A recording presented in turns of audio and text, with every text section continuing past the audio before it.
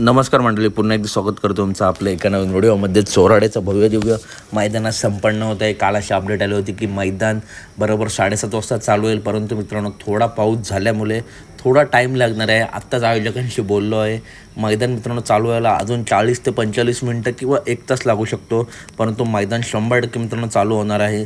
चांगली फाटी आहे आणि पाऊससुद्धा थांबला आहे, फक्त थोडा चिखल होता तो मित्रांनो साईडला आता काढतील।